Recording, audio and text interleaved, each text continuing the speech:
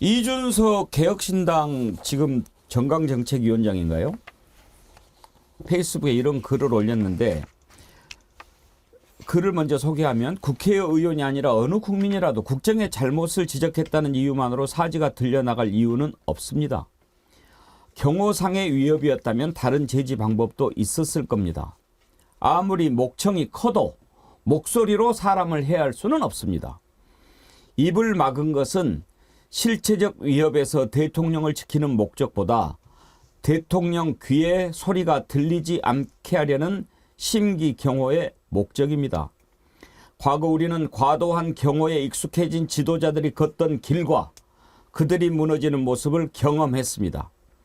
강성희 국회의원이 불편했겠지만 역설적으로 지난 보궐에서 그가 당선된 것은 대통령이 국정을 올바르게 하지 못했기 때문이고 오늘 일로 그를 4년간 더 국회에서 볼 확률이 높아진 것도 사실입니다. 이런 글을 썼는데 이 글에 수긍이 가기도 하거니와 이준석 전 대표가 유튜브 동영상을 하나 링크를 걸어놨어요. 그거를 한번 소개해드리고 싶어서 소개한 겁니다. 어떤 동영상이냐면요. 오바마 대통령 때니까 11년 전이에요. 2013년 11월에 이민 개혁 문제로 연설을 합니다. 그럴 때 청중석에 앉아있던 한 청년이 한국계 청년으로 알려졌는데 막 소리를 지릅니다. 연설을 방해할 정도지요. 그때 오바마 대통령이 어떻게 했는지 참 궁금하지 않습니까? 한번 보시죠. And most importantly, we will live up. Most importantly, we will live up. Most importantly, we will live up to our character as a nation. That's exactly what we're talking about. Every single day. That's why we're here. President, please use your executive That order is- to halt deportation for all 11.5 undocumented immigrants in this country right now. What we're we trying- agree that we need to pass comprehensive immigration reform. At the same time, you have a power to stop deportation for all undocumented Actually, I immigrants don't. in this country. And that's So why we're please, here. I need your help. Okay. Stop deportation! Stop deportation! Thank you. All right. Stop deportation! What I'd like to do. No, don't worry about it, guys. Stop deportation! Okay, let me finish. Let me. How about these guys don't need to go. Let me finish. Let me. Hold on a second. Hold on a second. I respect the passion of these young people because they feel deeply about the concerns for their families.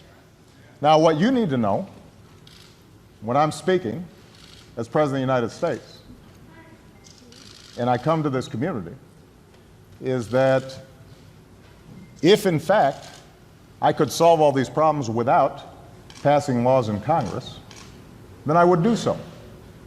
But we're also a nation of laws. That's part of our tradition. And so the easy way out is to try to yell and pretend like I can do something by violating our laws. And what I'm proposing is the harder path, which is to use our democratic processes to achieve the same goal that you want to achieve. But it won't be as easy as just shouting. It requires us lobbying and getting it done.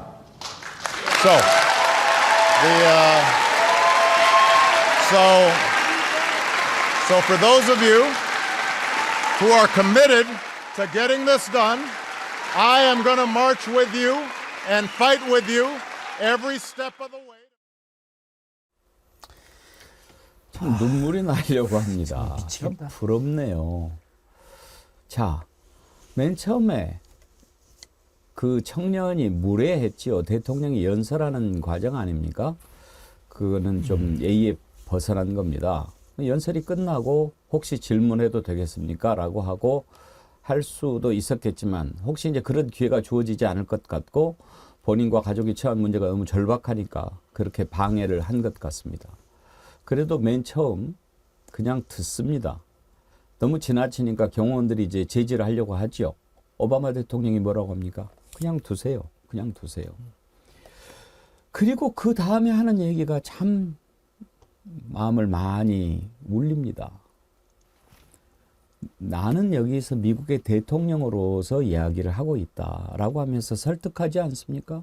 차지원 교수님. 네. 왜 우리 저렇게 못해요? 아, 그러니까요. 제가 저 장면 보면서 떠오른 말이 생각이 있는데요. 대통령 과잉 경호는 약한 정당성의 증거다 하는 이야기를 누군가 했습니다. 누가 했을까요?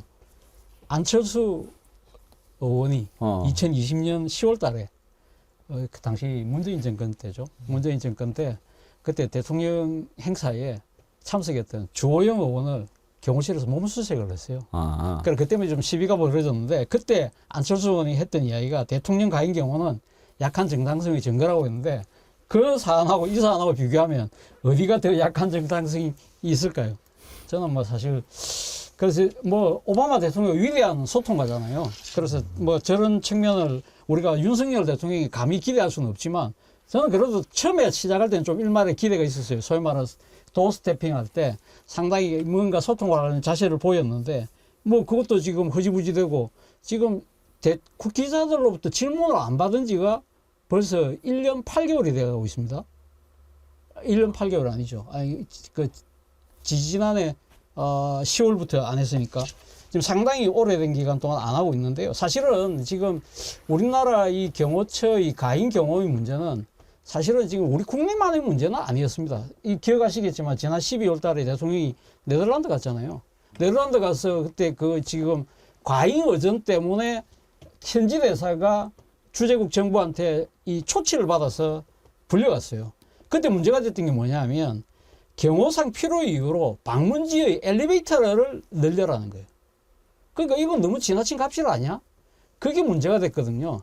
그런데 그때 돌아와서 그 국가적인 망신을 당했는데 그 뒤에 김용현 처장에 대한 경질이 있었습니까? 아까 우리 부승찬 대변인이 김용현 처장이 이야기했는데 그 뒤에 오히려 국정원장 내정됐다는 이야기가 나올 정도로 상당히 그런 상황이 거꾸로 되고 있는 거죠. 사실 이 지금 김용현 경호처장은 임명될 때부터 상당히 말이 많았었어요. 뭐 우리 부승찬 대변인 너무 잘 아시겠지만 이분이 지금 육군 서리스타 출신이잖아요.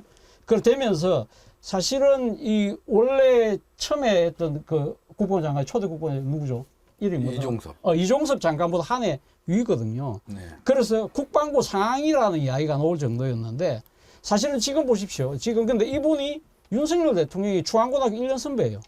그 고등학교 다닐 때부터 잘 알았다는 거 학군 다니면서 잘 알았다고 그러거든요. 근데 지금 대통령 그림을 감아보면 대통령 주위에 항상 대통령 그 경호실의 수행부장이 항상 뒤에 따라다니는데 그 사람보다 경호처장이 얼굴이 더 드러나요.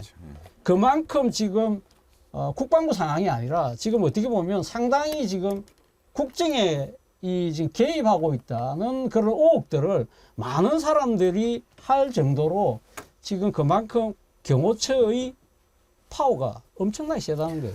저는요, 지금 이 문제를 과잉 경호 문제로 이렇게 규정을 하는 것도 사실은 본질에서 좀 벗어난다고 생각합니다. 이건 대통령의 문제지 과잉 경호의 문제인가 이렇게 생각하는데요. 과잉 경호 얘기가 나왔으니까 지금 경호처장 얘기 나왔는데 최근에 어떤 문제가 있었는지 기억하실 겁니다. 김재중 관장님. 네. 네덜란드 국빈 방문 갔잖아요. 네. 국빈 방문하기 전에 네. 네덜란드에서 주 네덜란드 한국 대사를 초치를 했죠. 네. 왜 초치를 했냐? 국빈 방문을 하는데 그야말로 손님 아니에요. 해도 너무한다 이거죠. 뭐 그때 들리는 얘기로 엘리베이터가 뭐 몇 대가 어디에 있고 몇 평이냐 뭐 그것을 다 보내라 어디 이렇게 했다는 거예요. 그러니까 아니 우리가 손님으로 가면 어떻게 뭐 저 선물을 준비할까 이런 거를 하는 것이 손님이지. 야, 그 집 화장실에 휴지는 제대로 걸려 있는지 확인해 봐라. 이렇게 하는 것이 손님의 자세는 아니잖아요. 그럼요. 당연한 거죠. 저는 이제 그 청와대에 있을 때 국빈 방문을 가게 되면 국빈이든 실무든 공식이든 그러면 이제 정부에서는 정부 합동 답사단이라는 일종의 이제 외교단을 꾸립니다. 그거는 이제 외교부 의전장실, 그다음에 청와대 뭐 부속실, 의전, 경호 해서 다 가서 이제 사전 답사를 하는 건데 당연히 저희 정부 때는 가면 그 나라의 로마에 가면 로마의 법을 따라야 되고 그 나라의 외교부에서 제공하는 것들을 이제 쭉 협의를 하죠. 그 중에는 이제 우리한테 이런 문제가 있으니까 이런 걸 좀 해달라 뭐 이런 경우들도 요구가 있을 수 있지만 그 유럽의 경우에는 대부분의 건물들이 오래됐기 때문에 오래된 건물에 후에 이렇게 엘리베이터를 만들었기 때문에 실제 대통령과 국왕이 타는데 4명이 타면 빠듯한 왕궁에 그런 엘리베이터가 있는 데가 허다해요. 그래서 엘리베이터나 이런 문제들은 애초에 논의의 대상이 아니고요. 당연히 그 엘리베이터에 문제가 있으면 엘리베이터를 누구누구를 태울 거냐, 누구누구가 수행을 할 거냐를 고민하면 되는 것이지 그걸 늘려달라고 하진 않죠. 이게 우리나라의 사실 이제 국격이 많이 떨어진 문제이기도 하고 지금 경호처가 저는 이제 이거 같아요. 경호에 기본적으로 대통령의 성정과 성향에 따라서 그 시대에 그렇죠. 경호의 스타일은 바뀐다. 제가 감히 얘기를 하자면 기억하실 겁니다. 아마 2017년도 5월 18일 날 그때 이제 5.18 광주에 문재인 대통령께서 가셨어요. 그리고 행사를 마치시고 이제 퇴장을 하시고 이동을 하실 때 그때 갑자기 행사장에서 쓰러진 분이 계셔서 구급차가 가는데 대통령님 모터케이드가 앞을 가고 있었단 맞아. 말이에요. 예. 그때 우리 대통령님의 모터케이드가 길가로 정차를 해주고 구급차를 먼저 보냈단 말입니다. 대통령 차량은 경호상 정차를 하면 안 정차할 되잖아요. 수가 없습니다. 그건 예. 경호상 사고입니다. 예. 예, 그 저격의 위험이 있기 때문에 경호상 사고인데 그걸 그때 당시에 주영훈 처장께서 결단을 하신 거예요. 왜? 대통령이 성정을 아시기 때문에 사람의 목숨이 먼저다. 그렇게 판단을 하셨기 때문에 경호처장이 감히 할 수 있었던 거죠.